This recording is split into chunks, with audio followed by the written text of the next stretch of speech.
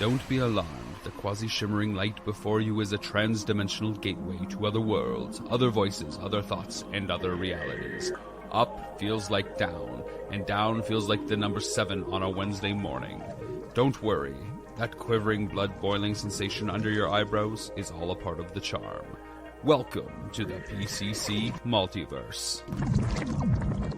Thanks, everyone, for joining us. It's Gerald Glassford coming right back at you here at the Pop Culture Cosmos. And in a special episode, I thought we'd go ahead and talk a little bit more about one of the things that we like to do here at the Pop Culture Cosmos. It's tabletop role-playing games. And as the #1 tabletop RPG streamer on Facebook, we get a lot of action in as far as tabletop RPGs are concerned. But one of the things I get constantly asked is D&D approachable? Dungeons and Dragons is played by millions across the world, but yet there's still others that I guess think that it's a little harder to get into. I know that I had not played on a personal level since the late 80s, and when the pandemic hit, one of the things I wanted to go ahead and do different things and search out different things, and one of the things I wanted to do was get back into Dungeons and Dragons, but I was intimidated. I was not sure if it was the right thing for me at this point in time in my life, and I wasn't sure if I was able to go ahead and get back into it. Was there so many things I had to learn, so many things I had to remember? Was it accessible? That was the key to, in order to go ahead and see whether or not I could get back into it. And you know what? 2 years later, I've had a great time getting back into it. You catch me every now and then at the Demolition Force on Mondays, plus also as well, Mitch does a great job DMing on the weekend with his games. Melinda and Rob with Vampires of Vitae, and also so Melinda with her Wizards and Wine. We do a great job each and every week of presenting to you just how easy it is to go ahead and get back into the world of tabletop RPG games. We've got so many different people and so many different great players that play along with us. And here today to talk about that, first up, I'm hoping to get more guests on so we can have a full DM roundtable. But first up, good person indeed. You got to go ahead and check him out each and every Monday when he goes ahead and tries to destroy Roger's games each and every Monday on the Demolition Force. It is Adam Smith. And Adam, great to have you here. You know, elaborate more on the accessibility of D&D. For me, I started playing D&D back in the mid-'80s with the first edition of Advanced Dungeons & Dragons. I had a great time with it. From there, I quickly transitioned to some other games, Middle-earth role-playing, Iron Crown Enterprises Rollmaster, Star Frontiers. Cyberpunk came out around, 87, 88, and I played a good bit of that as well. Unfortunately, to the D&D realm, the majority of my experience is in that Rollmaster 2nd edition, but the things that I have done over the past 35 plus years in gaming is really transcendent of the game. And so it's not necessarily the particular rule set, but how you approach any rule set that can make it really accessible to both new players and old players alike. A great way to still be able to experience Dungeons & Dragons, and an easier way to get into it, I think, for a lot of people, is through the magic of Roll20 and other online services that support Dungeons & Dragons. It just makes everything so accessible and right there for you. Yeah. I think we're going to be able to get on the folks from Vampires and Vitae. They're on every Sunday live on the Pop Culture Cosmos on Facebook, and also as well wherever you get your podcasts each and every week. Melinda, Rob, my question to both of you out there, and I don't know if Roger's with you or not, but I know he will be with you shortly if that's the case. What is the ease of accessibility? If you could describe how accessible D&D is, how easy is it for people to get into Dungeons & Dragons? To actually get into it, you can literally download PDF files on the internet. So much of it is free. If you have a friend that has a book, even if you don't have access to internet, you can just, if you're getting into it, there's going to be so many resources, whether that be at your local game shop, whether that be your friends, a lot of people played in high school. especially because people around you that are also into the hobby as well are going to do a lot of things to try to help you get into the hobby. They're going to help you make a character. They're going to help you break through that wall. If it's a paywall, that paywall is pretty much non-existent. I mean, a lot of this information, like I said, is out there for free. All you need is an imagination, a group of friends that want to hang out, and about 2 hours to kill, and you can play D&D. Only 2 hours? Well, I'm not killing a dragon first. I just wanted to mention also as well, Melinda's here, my co-host with me on the Fridays PCC Multiverse, and Roger Hamilton, he's here as well, the man behind the great Monday action on the Demolition Force. He's the guy that goes ahead and controls all the action. Before we get into the challenge for today and the create a character challenge that I have for all three of you, Melinda, tell me your thoughts as far as how easy do you think it is for somebody out there that's saying, hey, looks like you guys are having fun, but I'm really intimidated by what's going on and how to get into tabletop RPGs. Well, I mean, I think when we all started in D&D, for some of us, it wasn't that long ago. You know, you're going to learn from other people that you meet and that you end up sitting down at a table with. And it's a little bit easier these days because we have things like Discord and we have things like Facebook that are helping to connect people who maybe don't have somebody in their immediate friend group who is involved in D&D, but you can always find a local group. There's enough gaming stores and comic book stores that carry D&D stuff that they can help you point in the direction of groups who may be looking for new players, all of that kind of stuff. And for the most part, at least in my experience, and perhaps I've been very lucky, it really has been full of wonderful people who have really made an effort to make me feel welcome at the table and to help me kind of figure stuff out. And that's a huge part of taking away some of that intimidation factor. And I think that the community as a whole, when it comes to D&D, are starting to see maybe some of the roadblocks that have been in place in the past, and they're starting to kind of work away at chipping away some of those blockages that were there before.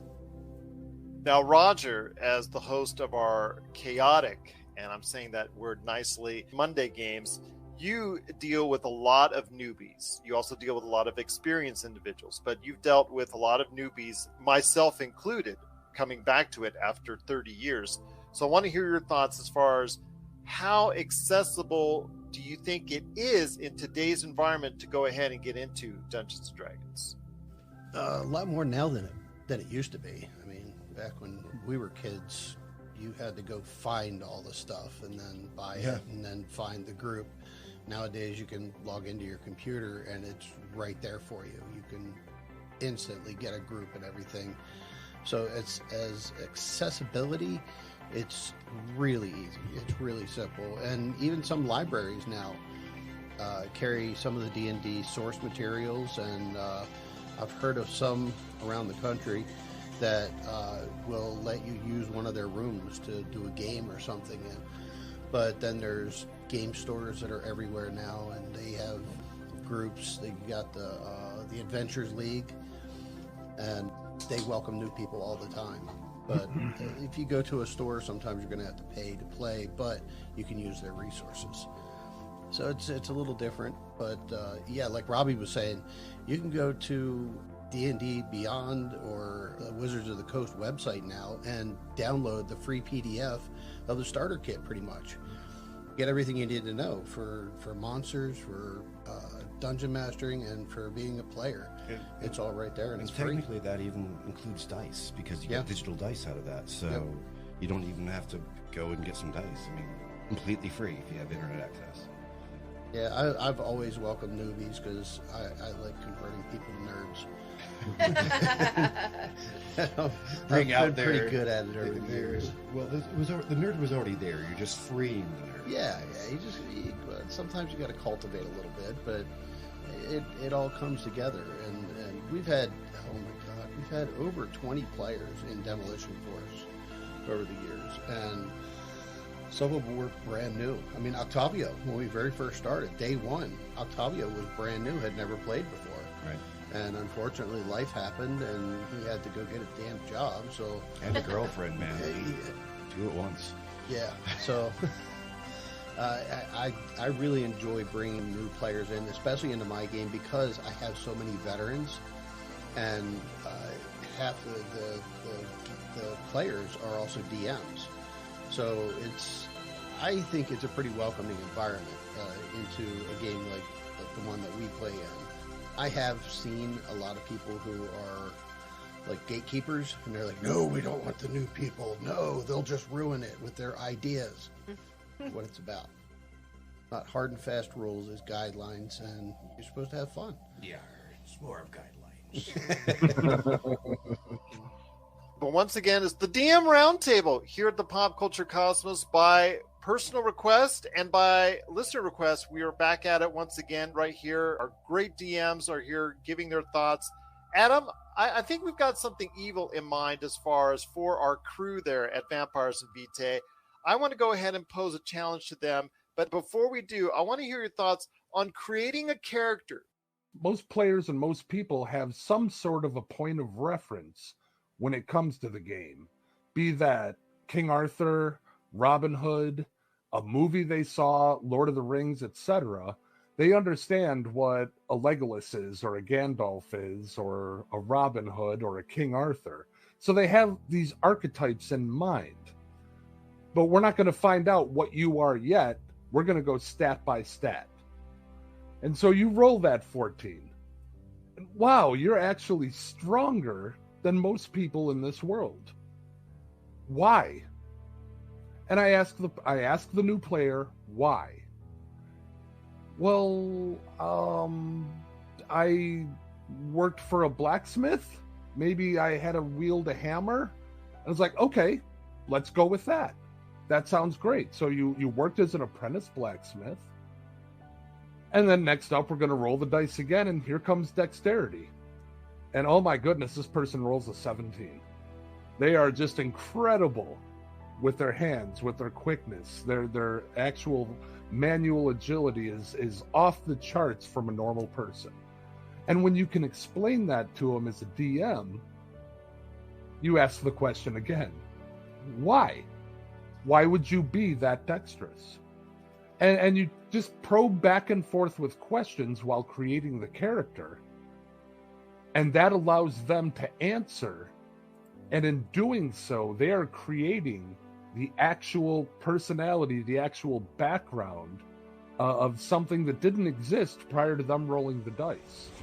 And from the DM standpoint, you are getting snippets of ideas for this character's backstory that you can incorporate into the campaign. By the time it's all said and done, you have a different level of understanding of what this person they're creating is and why they are that way. You can then use that as a base point to flesh out where they're starting from the DM standpoint, what could be, but also going backwards to explain some extra side stories, some extra things about their character. You're listening to the Pop Culture Cosmos. Don't touch that dial. Wait, do people still use dials? So let me get this straight. We're gonna play a video game together, or Well, not exactly. okay, fine. Where's the controller? It's right here. This is literally a sheet of paper. I don't understand what you. Here, you're gonna need these two. Dice? You just are these even dice? We are gonna play Vampire the Masquerade. It's a role-playing game. What kind of vampire do you want to be? Okay, now you're telling me there's more than one kind of vampire? Oh, my friend, you have no idea. There's Nosferatu, there's Vampires and Vitae, an actual play podcast, Season 2 to Pop Culture Cosmos. But also here today, actually on the road, driving safely. There you go, is Victor Lopez. He also goes ahead and DMs a lot of great games for us on the Cosmos, and of course, a major part of our Demolition Force. Thank you so much for joining us, but I know you wanted to really get involved. And before I get the crew from Vampires of Vitae into a challenge on creating a character, I'm so excited to get them on. That's going to be fun. Let me hear your thoughts. People have apprehensions because I know that you DM games. I know some people have come up to you and say they're kind of intimidated by Dungeons & Dragons. If somebody comes at and says, a tabletop RPG and Dungeons & Dragons, they're intimidated. There's a wall that's seemingly between them and playing. What do you try to do to break down those walls? Well, for one, I want to emphasize that hey, we're here to have fun. That's the number one goal of any activity or social activity that people engage in, especially in a tabletop role-playing realm, right? Like, I, as a player, when I first started this whole thing, was like, hey, you know what? Like, I'm bound to certain standards and settings that games put on me, right? So, like, if I'm playing World of Warcraft, if I pick a paladin, I can only be a certain race or a few races that will allow me to actually play a paladin. And I can only play 3 specs of a paladin, say retribution. That's hard-coded into a lot of games that I enjoy, and that was taking the fun out of it. So when it came to Dungeons and Dragons, I could mold a character without, well, there were restrictions, but not in the sense where it's like, hey, you're stuck to this archetype or this or that. So I always say, hey, you can mold your character exactly how you want to, and ultimately that's what brings out a lot of fun. That's what attracted me to it. It's like, all right, I could break down a few barriers just by creating a character that I like to play. If I want to wield a little bit of magic, and if I want to be a little sneaky about it, then I can do that in this game. That's how I open up with it. It's like, hey, what kind of character would you like? Like, what are you thinking of? And ultimately, that character becomes your baby. It becomes really, really fun. And then to see it play out with a good DM, that's my pitch for it. It's like, hey, yeah. Well, I'll tell you what, I've got 5 great DMs here. I wish I was a DM, but I want to go ahead and get back to the crew from B&B because I've got a challenge for you guys. I've got Roger, I've got Robbie, and I've got Melinda right there for you, the crew behind Vampires of Vitae. So I posed the challenge to you guys, and we'll go ahead and have you guys go ahead and talk about how you do this. But I've got a challenge for you. Melinda said to me in an original email that she said we should do a challenge as far as create a character challenge just to show how approachable it is. And it can be done within just a few minutes. So I leave it over to you, Vampires and Vitae.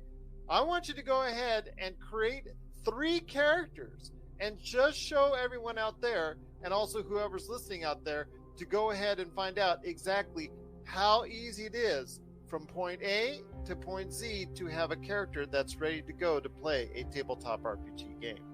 All right, so we're talking level 1 characters, correct? Are we talking? Yes. Okay. Are we talking for vampire? Or are we talking for D&D? No, we're talking for D&D. Vampire yeah, no. could take weeks. Yeah, vampires, not that easy. It's Okay. 3 A weeks. little bit different. All right. I'm kind of feeling chromatic dragonborn. So, Nice. all What do you right. think? What Do that? color do you want to go for? I'm doing a different one.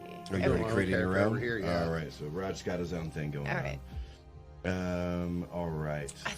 I think we're gonna go blue. Okay. I'm So feeling you lightning. want lightning all day? Yeah. So all right, let's kind of theme that out. Why don't we go to, since we're going to do blue dragon? Why don't we? No, let's not do paladin. Why don't Cleric? We do, I was thinking The sorceress. Wrath of God is thunder. No, I was thinking sorceress. Oh, that's not nearly as much fun. Why? Okay, 'Cause sorceress. She can be Okay. Sorcerer skill. Which one do you want? Arcana, deception, insight, intimidation, persuasion, or religion. well, it's a dragonborn. Just got to go intimidation, right? Okay. Electric dragon. Yeah. All right. Now, persuasion or religion? Is she a zealot? Does she believe in her own kind? Well, that's a sorcerer. Yeah, there you go. Perhaps. And I am up to my ability scores. I personally really like point buy. Yeah. I'll do rolling, but in D&D Beyond, because D&D Beyond is a little bit different because you have to pick your race and your class before you get your stats. yeah. Right. So in D&D Beyond, I almost always use point buy because you can direct your points to where it needs to be for the character that you've already chosen. Otherwise, if I'm making a character on paper, I'll roll my dice and get my stats first, and then figure out what I want this character to be based on the stats that I have available. So you do it a little bit like you base yours on the stats that you roll beginning. Pretty much. Yeah. See, I don't start a character that way at all. Like I come up with a voice, or I like look at an intention. Like for example, in Seven Smokes game tonight, I got kind of put under the gun, and they weren't able to have the new race I was looking for. I was looking for this new hippopotamus people, right? And it seemed really interesting. I was like, we're going to throw like a one shot, so I'll play him a little bit like Arnold Schwarzenegger, big cigar out of his mouth, barbarian. Well, that's not on D&D Beyond yet. Like, it hasn't been released. So I had to start from scratch yesterday. So I was like, well, I'm already kind of tied into barbarian. I want barbarian. So I was like, well, it would be an interesting barbarian. So I came across the Air Genasi, and I thought that would be like a pretty much a djinn or a genie type individual. And I'm like, what is air? What's Genasi? Like, how would it be? And I ended up with like this, like from the Arctic Sea captain kind of feel that like is that I'm pushing through. So you can find your inspiration from anywhere. We're currently in our point buy right now. He looks to be a lot of constitution. Yeah, so Sorcerer is con and charisma based, but with the new books that have come out, you're not constrained to those traditional choices now when you're picking your characters. So, but I'm starting there, and we're gonna just see how it looks. Intelligence, we need more of that. Who needs more intelligence? That's a dump stat. No, it is not.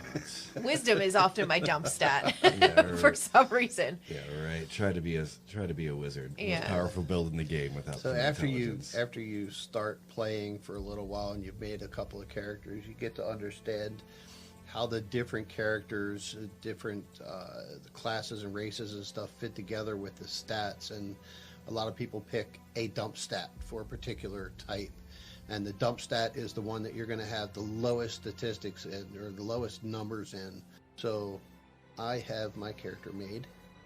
My guy is a rock gnome barbarian. Nice. Well, tell us about him. Now do the actual character aspect of it. He's about 3.5 feet tall. Okay. And he wields a short sword and 2 hand axes. Okay. Because he can't really handle a long sword because it's Right. more than twice his size. Right. So you get into a battle and you see this little 3.5 foot tall gnome come charging at you with a sword, and he's got a 15 strength to start. Okay. So he's a beefy little guy. He's like a fire plug. Okay. Nice. Coming charging at you with his little sword. And what you're seeing right there is actually, I think, kind of like the idea or the essence of what we're actually talking about. He's made his stats. He's added some very basic choices, very easy to follow. You don't need to have a huge amount of lore to understand what he's talking about. But he's already starting to develop his character. Now he's got this little, short, squat guy that, like the visualization is already starting to influence what I'm sure that you'd be making his character. He's got longer than normal ears for a gnome because he's a rock gnome. Right. And they're normally a little more lean. This guy's a little more beefy. Sure. But also, as you're creating a character, especially if you're doing it in a digital format, it gives you options with creating character. Not everybody has been playing as long as some of us. But they have features and traits for your character that are pre-built. And if you're just getting started out and your mind's not really in the place where you can just develop a character out of thin air like most of us here can, it helps you with these little steps. And you can even roll a die to see which one of those things. You can completely randomly generate your character, honestly. And it's a lot of fun to do that and throw that into a campaign. More if you're doing like a one-shot or something like that, because usually winds up not being a very strong character if you do everything random. Sure. But our friend Tyler's getting ready to do a whole campaign that way. That is true. Yeah. And that's going to be crazy. Yeah. But I mean, like, if I was just jumping off of your character right now, and you mentioned this big, long broadsword, right? Because we're talking about the character, not just putting in the numbers. We're talking about the character, right? Like, so how does that character feel about that sword? Is it too big on purpose? Like, is he like? Well, I gave this guy a short sword, okay, because he can't handle the long sword. So you gave just the short. hilt of the sword Sure. is going to be almost as big as him. Yeah. So just physically, I mean, you got to think about all these different things. Yeah, it's fantasy. You could have this guy with the sword from Final Fantasy, and Sure, it's a Cloud. 95-foot sword, and he just wields it with one hand. It's fantasy, but I like to throw a little bit of realism in it. Sure. This guy's only 3.5 feet tall. Yeah. He can't handle a sword that's 8 feet long. So that's where I went with that, with the short sword and the hand axes. But he's still a barbarian. Right. So he still has barbarian power. He still has rage. I mean, imagine this gnome coming charging at a dragon, Terrifying. raging, Yeah, with right. his short sword in one hand and a hand axe in the other. And those are the questions you need to be asking yourself. I mean, like, what happens when this gnome barbarian meets a Goliath barbarian? Now, Right. on paper, they're the same. You know what I mean? Like, of course, there's going to be some dots different and blah, blah, blah. Some of them have racial traits that are very positive and negative about these builds. But, like, when you yourself have come up with this rock gnome barbarian, like, not Roger, but, like, you know, somebody at home, like, how does he feel when he meets a giant person that also is good at what he does? Is there a difference? Does he look at himself differently? You know what I mean? Like, and those little questions can really kind of drive, you know, like the internal monologue that the character has. Yeah, and that goes back to where Adam, what Adam was talking about is why did this gnome decide to be something that most gnomes are not? Right. He decided to be a barbarian. Sure. Why did he decide to be a barbarian? Right. How did he get to that point in his life? You also get to decide the age of your character, the sex, whatever, the gender, the way they're expanding D&D now. Wizards of the Coast is opening it up so that you can pretty much play any race in the game, any species in the game. Sure. And your character can be handicapped or disabled or something like that, and you figure out ways to work around that. Sure. There's people who are gender fluid in the game now, and it's open to everything. There's no boundaries, there's no limits. And with the new expansions they have coming out, there's literally going to be no limits, because you're going to be able to go into space. You're going to be able to have all these extra character races and stuff that you couldn't play before. Right. But it's all up to the players and the DM. Sure. What do we got over here? Okay, so we have our chromatic dragonborn, Blue, so he's very lightning based. His name is Stefan Van Blue. Okay. But we went with the urban bounty hunter background, and when I was going through and picking his equipment and the gear that he starts the game with, I chose a set of fine clothes. Here's why. Oh. He is an urban bounty hunter, but all of his bounties are among the upper crust of society. See now that this is good character development, because this is just stuff that you're just getting choices from. Yeah. That, like, literally D&D Beyond is giving you these options, and you're already starting to get a picture of who this person is. You know, the gentleman thief bounty hunter guy. Yeah, absolutely. And he prides himself on his ability to collect on the larger rewards. So he's going to be starting the game with maybe, if the DM would approve it, a little bit extra gold in his pouch than the customary 15 or 25 that you usually get when you start. Yeah, he's been very successful, but, you know, hunting among the rich does get rather dull, darling. It does, darling. So he has decided to take on adventuring, darling, just to see what is what and how things are going, you know, into that realm, and to see if there really is more gold in it. And just to stop you there, because this is about character development, right? Like, see, all she's doing is she's taking the initial facts that we currently have. We know she's making some guesses of what that would do to that person, and then, look, out comes a voice, you know, like, darling, you know, oh my God, I can't believe I can't be bothered anymore. Loathes being dirty, so it'll be very interesting when he's adventuring. You know, and this is just from, like, 5 traits right now that we're taking that are stock, that you don't have to come up with yourself, but you just get context clues by the choices that you've already made. Now I'm mad. I want to play him. You're listening to the Pop Culture Cosmos. And if you're ready to talk toys, I haven't stopped talking toys. Let's get to it. it's the Jay and Rob Toy Show, and we're back for season 2 for 10 more episodes of toy talk and goodness. And this time we talk Marvel figures, we talk DC figures, holy grails, play sets, what if scenarios, and so much more. But we're not alone. We've brought a few friends with us this time.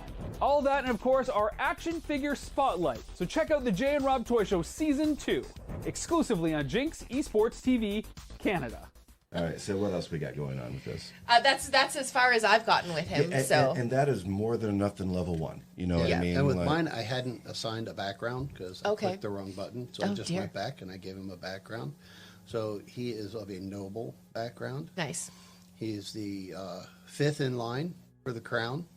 So he sees that his chance is never going to come up. So he decided to go do something with his life. Yeah, he became a barbarian.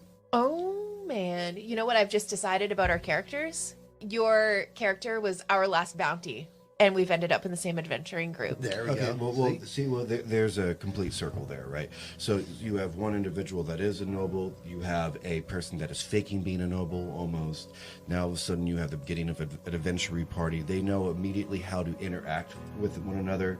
You've kind of taken on and almost despise nobles in a certain way that's going to influence the way that the two characters bounce off of each other. And this is what just simply... Obviously, the characters end up being BFFs. Yeah, of course. But I mean... Obviously. Who wouldn't want to see that story, darling? If it was vampires of Vitae, they'd be more than BFFs. Yeah, That goes in a different direction. Yeah. But you can see the kind of like the basics and the nit-grit of like within a very short amount of time. Not only do we have one character build, but we have 2 character builds. So the natural back and forth of their interaction is going to be pretty naturally based, at least in the beginning. And also, you don't have to have all the answers. Like part of becoming a character or part of doing a character is finding out what makes the character awesome.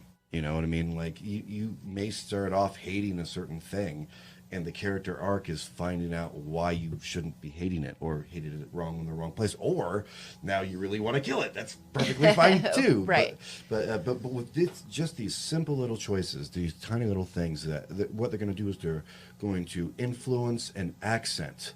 Even if you're not an actor at all, you don't have to do a voice. You don't have to do, but like if you have it in your mind that they are this way, it's going to come through even with just your normal speaking voice. You know, like you don't have to put on a show and make all these ideas. But when you hear snobby British noble, even if you can't do the accent, you can hear it. You know what I mean? You've seen enough content now in modern day society. Old enough, you think of Thurston Howell III. Yeah, you Lovey. Darling. I mean, like you can just go right there, and you can capture that image in your mind, and if that's correct for what you want to do, steal. I tell everyone all the time, steal as much as humanly possible. It's the best thing that you can do. When I build a character, I am the player that hands the DM like 3 sentences for a backstory. And the reason that happens is because I like to live in the character before I make too many decisions about them. And we've seen the evolution of Maddie. You know, she ended up picking up a couple levels of wizard as a barbarian, and, you know, her storyline is kind of developed out a little bit more that way. When I designed Maddie, that was not what I had in mind. What I had in mind was, I have never played a barbarian. Let's see how this goes. And I rolled her up and started playing. And she's kind of taken on a bit of a life of her own through the game. One of the things I really like doing is every time I make a new character, I try to do something that I haven't done before. Yeah. A race, a class, or a combination of the two, something like that, a different background. And I always want to try something new. I never want to make the same character again because I've already done it. Yeah. And there's so many options. There's literally millions and millions of options with mixing all the character races, classes, subclasses, and stuff like that, all the abilities, the backgrounds. It's almost infinite on developing these characters. And then you come up with your own story for it. So there's not going to be 2 characters that are the same. We could build the same character, and we're going to come up with backstories that are different. So our characters will still be different. Yeah. And we're going to, even if we have the same exact stats, we're going to make different choices with when to use that. Right. Like maybe your character doesn't heal the fallen guy. You know, maybe they're saving that big spell slot to try to kill the enemy, where the other person is, that's all they're about. You know what I mean? So Even with the same stats, you're going to have vastly different outcomes. But as you can tell, we all like to talk a lot, and we haven't let anybody else chat in. So we'll pass it back off to everybody. But before you guys head on out, because I know you got to prepare for your game, please go ahead and give everybody the major plug on Vampires and Vitae. And then I'm going to turn it over to Adam and Victor, who are going to be creating their own characters just to show additionally how easy it is to go ahead and create D&D characters. But again, please let everyone know out there, Robbie and Melinda and Roger, about your games that you do on a weekly basis right here at the Pop Culture Cosmos. I do want to say that I think that all the characters built today should participate in a one-shot somewhere down the line. I was just thinking that too. Yeah, Not a bad idea. Yeah, I think that's a great idea. Oh, I'm sorry, I forgot the question already. Vampires of Vitae. Oh, Vampires of Vitae, yeah. It starts in about 40 minutes. We kick off the live stream at 1:30. It's based in the world of darkness, which is a little grittier. It's D&D adjacent. Yeah. It is based on more of a world that is based in modern day society compared to what would be like fantastical. Of course, you could do a D&D game in today's whatever. If you want to look at characters, this is a wonderful place. You're tuning in specifically for character. Watch us do some really interesting stuff. We have great people around the table. I changed my voice about 75 times. I don't know who's usually in there. Not me. I mean, it's a bunch of other people. But It's mostly Frank. Yeah. Oh, yeah. I mean, it's just, one of those things. So I'll tell you what. I'll sign us off with there. So, you like D&D? I think you do. Well, maybe you like vampires. I mean, who knows? It could just be a thing. So we hope to see you there. It's going to be every Sunday. But just throw that out there. This is Frank. I mean, the Frank. And we'll, see you next time. Roger, I know you've got your great game as well on Mondays, The Demolition Force. Yeah, so Demolition Force started out early 2020. So yeah, we've been going for about 2 years now. Started out as just a little thing Gerald wanted to do online. And he had a DM set up and all, and me and a couple other people were joining. First time I had ever played online. And the DM canceled at the last minute. So I was like, well, Roll20 already gave me the Lost Mine of Phandelver game for free because of the COVID thing. So I was like, all right, Gerald, I don't want to ruin your stream. So if you want, I could DM. I haven't done it in 30 years, but I could do it. And when the guy comes back, we'll just pick up with his. And we played that day, and it was absolutely horrible. I think Gerald burned that one, the entire computer that it was saved on, not just any kind of videotape or anything. But it's still going today. I went through that entire module.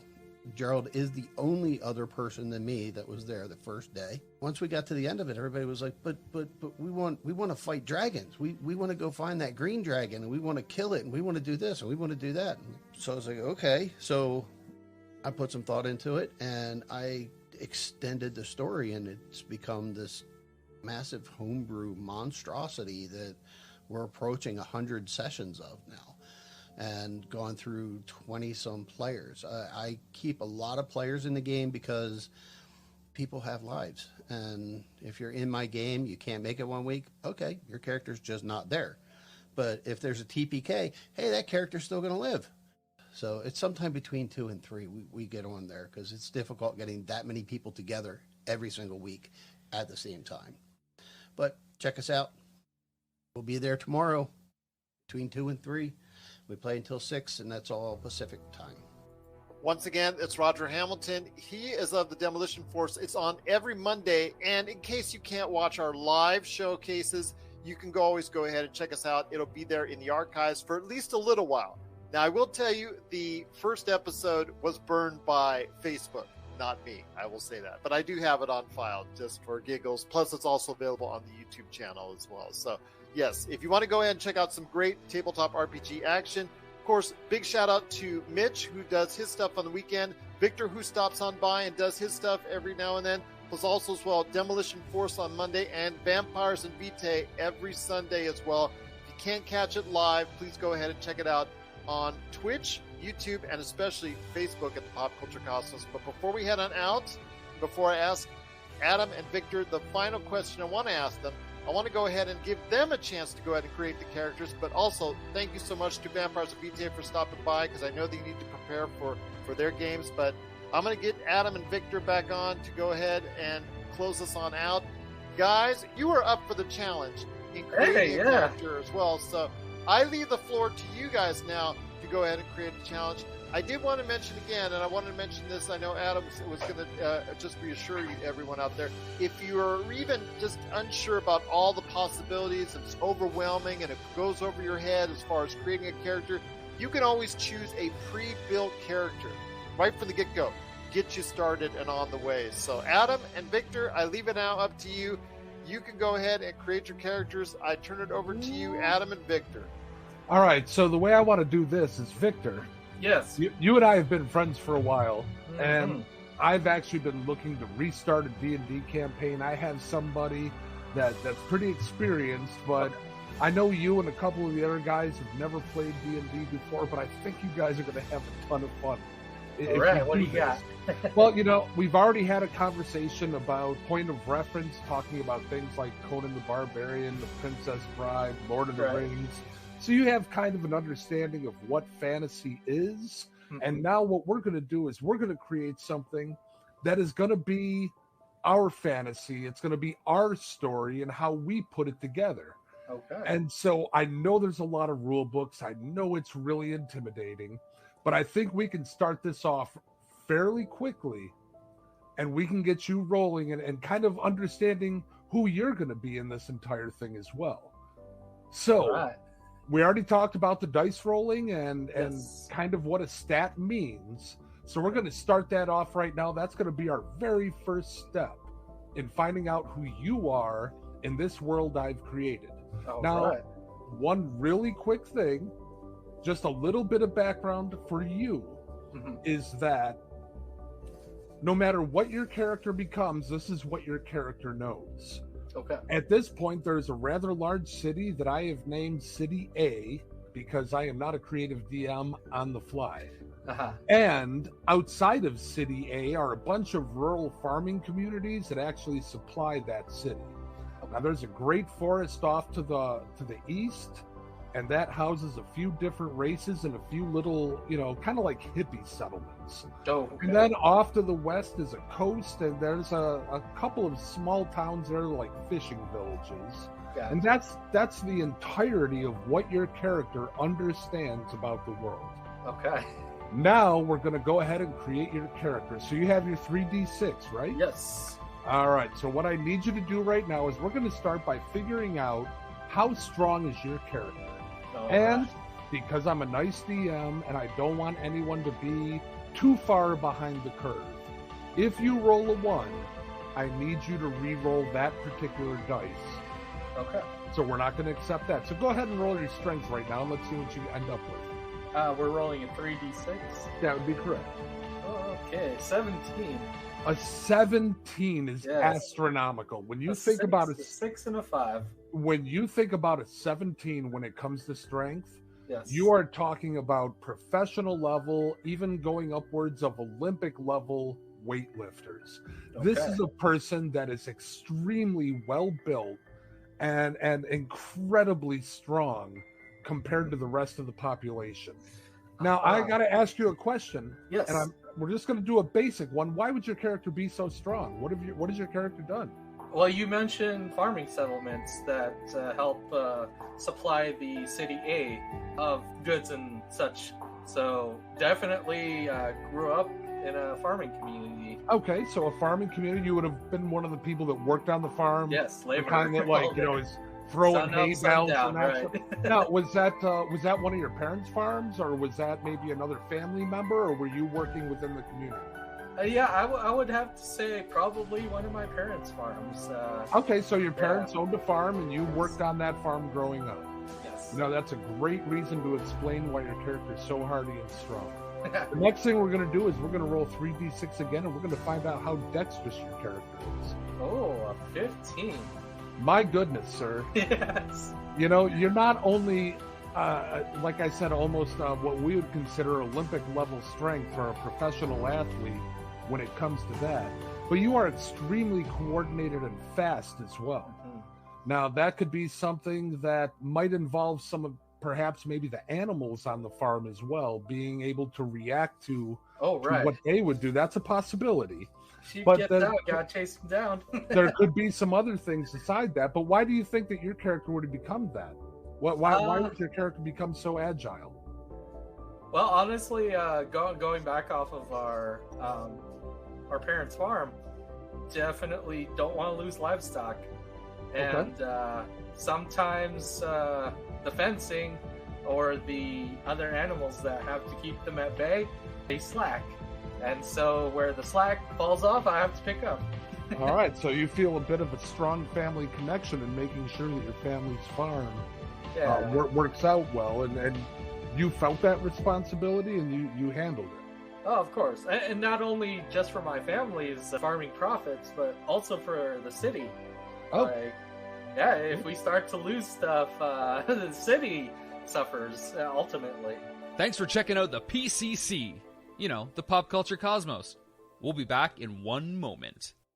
If you're in the Las Vegas and Henderson areas and are looking to buy, sell, or trade the best in classic or current video games and pop culture collectibles, there's no better place to go than Retro City Games. From Xbox to PlayStation, Nintendo to Atari, the great crew at Retro City Games provides the best place to go for all your gaming options. Stop by their 2 awesome locations in Henderson and also the Las Vegas Strip, or follow Retro City Games on Facebook and Instagram for all the latest deals and new items. Without a doubt, there's no better place to go for your gaming needs than your friends at Retro City Games. Now what we're going to do next is we're going to roll 3d6 again, and this is going to be for your constitution. We're going to find out how healthy and how hardy your character is. Aha! So this one's about an 11. Okay, now that's about average. Yeah. There's nothing wrong with that at all. Could you think of a reason why you wouldn't necessarily be more healthy given your physical background? Do you have any kind of a disability or anything at all? I look at it as a vice. I maybe drink too much, or I partake in... I'm imagining myself as a young adult, was a teenager, young adult, coming of moment or coming of age type. So it's experimenting with things, and that experimentation has caused some slight health delays. Yeah. So. All right, I can see how that would work into it as well. That makes some sense. The next couple stats we're going to roll into is going to give us more of an idea of kind of your book learning and your common sense. So we're going to start off with your intelligence. Okay. And that's really going to be a factor of understanding not what you know, but your ability to learn it. Okay. So let's take a look at that, and let's roll 3d6. Ooh, 9. Okay, 9. Again, it's not terrible. You're on the lower side of average, though. Can you think of a way to explain why your character wouldn't necessarily have a greater understanding of the ability to learn new things? I feel it's honestly like how you just, if you're growing up on a farm, that's all you know.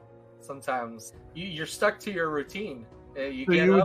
So you would say your character didn't feel a need to stretch outside of what his daily activities were. All right, or I don't feel that I'm ever gonna leave the farm life. It's gonna be day in, day out, bale hay, feed the livestock, and deliver the harvest. Okay, that sounds good. So the next thing we're going to look at is your wisdom. And this wisdom is going to give us kind of an idea of your street smarts and how you would react to new information coming into you and how you would kind of reconcile that in your mind. So let's roll the 3d6 for that. We got a 12. A 12. You know, that's actually a little bit above average. Yeah. So you might have some anecdotes about, you can't let all the cows out of the barn, that sort of thing. You would have a more of an understanding than the average person when it comes to the wisdom aspect, but you're not really the type of person that's set up for greater education and experience and understanding things that perhaps might be magical. You would definitely be at a disadvantage if that's what you wanted to pursue. Not saying you can't pursue it, but it's not your forte by any means. Maybe I've heard in passing, because we attend festivals every year.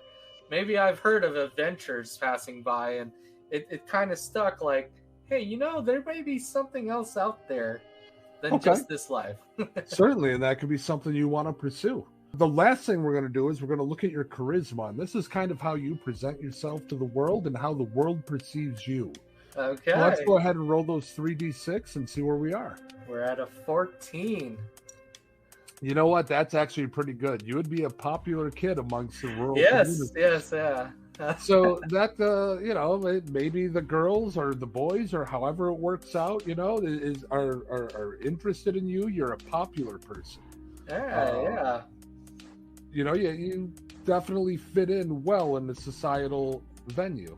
Now, understanding all this about your rural upbringing, being very good at it, not very interested so much in learning bookish things, but being popular as well, we're going to start to look for a reason right now about why you would want to leave the farm. You know, I think it's just being at the festival and really hearing the passing adventurers come by. It's just like, whoa, what's Neverwinter like? So, given that understanding, there are a few things that you could kind of concentrate in. You might consider yourself a fighter, in that using your physical attributes, you feel that you could stand up against something that were to threaten you. You might think of yourself as roguelike, being so dexterous and able to handle animals and such, maybe working with some of the things around the farm that you would have to repair, and that required a little bit more of a gentle look. Which way do you think your character might have gone? Yeah, you know, fighting definitely might be something I'd be interested in. But then, yeah, I look at myself and I'm like, maybe fighting for the right reasons as paladin. So you're saying your character might be religious? Yeah, it's a lot of it is looking at those festivals and different deities or people who represent different deities come by. So you would say that maybe one of those deities struck you, yes, and you felt a draw towards it. Exactly. You know yeah, that makes a ton of sense as to why we would have a paladin in that regard. It's charismatic, that can go that way, and then just being strong. Maybe I've heard a message or a sermon at the festival saying, hey, you know, do you like to protect those who can't protect themselves? And now at that point, I'm just going to stop it and kind of explain what we just witnessed. Mm-hmm. It doesn't matter what race we decide on. That's something that can come after. But just through those questions of why, or suggestions of this or that, you end up creating a character who grew up on a farm, who has a lot of physical interest in how he operated on that farm. Mm-hmm. You came up with ideas about passing festivals, giving him exposure to different religions, and feeling that he might feel a draw towards it. As a level 1 character, you would be an absolute novice at being a paladin. Striking forward in that, it might be the first thing you want to do is get to a temple and swear your allegiance to. Uh-huh. We have just created an entire character, personality, background, and provided me, the DM, with opportunities to grow everything and to explore backwards throughout the adventure. Oh, no, that is great. Oh, yeah. That is how easy it is just from rolling dice and asking questions. What's our timestamp on that? That's less than 15 minutes. And that's completely unscripted. Mm-hmm. That's just what we rolled, what we discussed, what we talked about. Yep, dice and before session 0, we can flesh all of that out and figure it out. You as a player, you're now interested, and you're like, wait a minute, this guy sounds pretty good. Yeah, it's like, hey, hold on. I want to play him. Well, we got to do that one shot with all of our crazy and me as the DM, I have my idea of where I want the adventure to go, but now you just gave me like 3 or 4 side quest alternatives that I can create and develop to flesh out the world and make it better, but more importantly, make it interesting to you and to me. And that is the essence magic right there. of what D&D is. That is the essence right of what role-playing is. And that is why I love it so much. Oh, yeah. That's great. Got me excited. I'm like, I have to roll through this character a little more, yeah? Well, you guys done a tremendous job of showing everyone out there and everyone listening out there exactly how easy it is to create characters. I want to thank you both for taking the time as well to go ahead and doing so. I know, Adam, you're part of the Monday crew as well as you, Victor. I know, Victor, you have your own games going. But, okay, I will leave you with this, guys, before we head on out. And I truly appreciate, again, the time that you've taken to speak with us today on this episode. But before we head on out, guys, you and I both know that Wizards of the Coast is lurking behind the scenes with an update, with a new edition coming out here in the next couple years. At least they have the respect in telling players out there a couple years ahead of time, this is what we have on the horizon, is a new edition on the way. I ask you guys, and I'll start with you, Adam, will this new edition that comes out, will it make it easier and more approachable for players to get into Dungeons & Dragons, or will it be more intimidating? You know, honestly, I think it'll always be easier for new players to come in. Again, I started back in the 80s with first edition. I spent the majority of my time with D&D with second edition. But I've played so many other games, I really do reside in another game system entirely. But every edition that comes out, the rules, in all honesty, when it comes down to the core of what role-playing is, the rules are irrelevant. The creation of the story is what matters. The mechanics are secondary. So they're going to give us new mechanics. They're going to make it more exciting, I'm sure. But if you're able to create the stories together amongst your friends, amongst a group of people, amongst, honestly, brand new strangers, you can come together and you can create something wonderful. I think they're going to end up making it easier for people to join.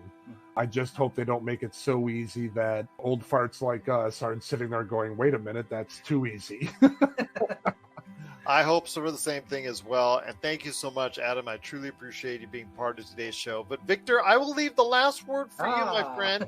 With the new edition on the horizon, will it make it easier or harder for people to go ahead and play D&D? With the new editions coming out, I really think it's going to be made for the masses because of just how popular it's grown for the last 2 years.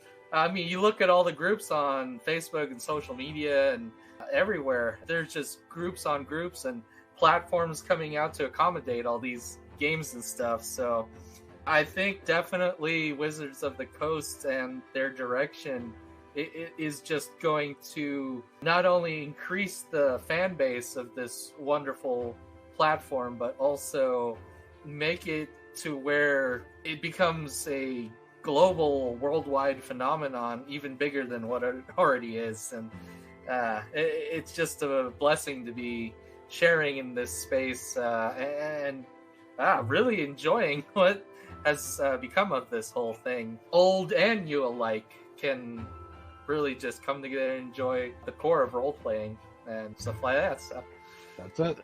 That's it indeed. But guys, it's been great having you both here. Great having the crew from Vampires and Vitae here as well. Yeah, absolutely. Tremendous DM Roundtable. It just started with you and I, Adam, but it eventually got to the DM Roundtable indeed. But I want to thank each and every one of you for spending time with me today on this day. I know with busy lives, you got a lot of things going on, but I appreciate you spending the time with me today to talk about how accessible D&D truly is.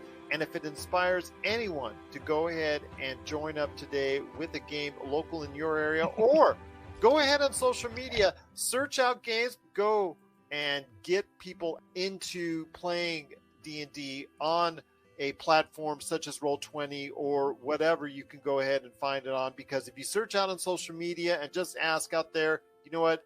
There's a lot of people. So you'll find it. Yeah. Yeah, you'll find it. Search it out. because you'll find indeed. But Victor, great to have you here. Great to have Adam. Yes. Thank you. Melinda, Robbie, big thank you to them. Roger, thank you to him as well.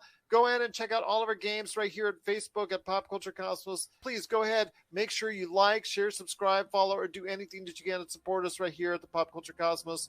Once again, thank you so much for joining us. It's another DM Roundtable, and I hope to have one in the near future right here at the Pop Culture Cosmos.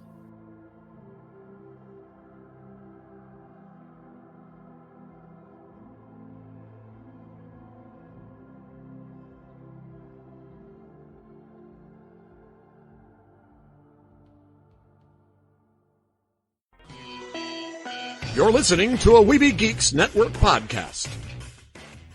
Tangent Bound Network. Let your voice be heard. TangentBoundNetwork.com. Thanks so much for downloading the Pop Culture Cosmos, and stay tuned as more great podcasts are on the way. Thanks again for listening to us here at the Pop Culture Cosmos.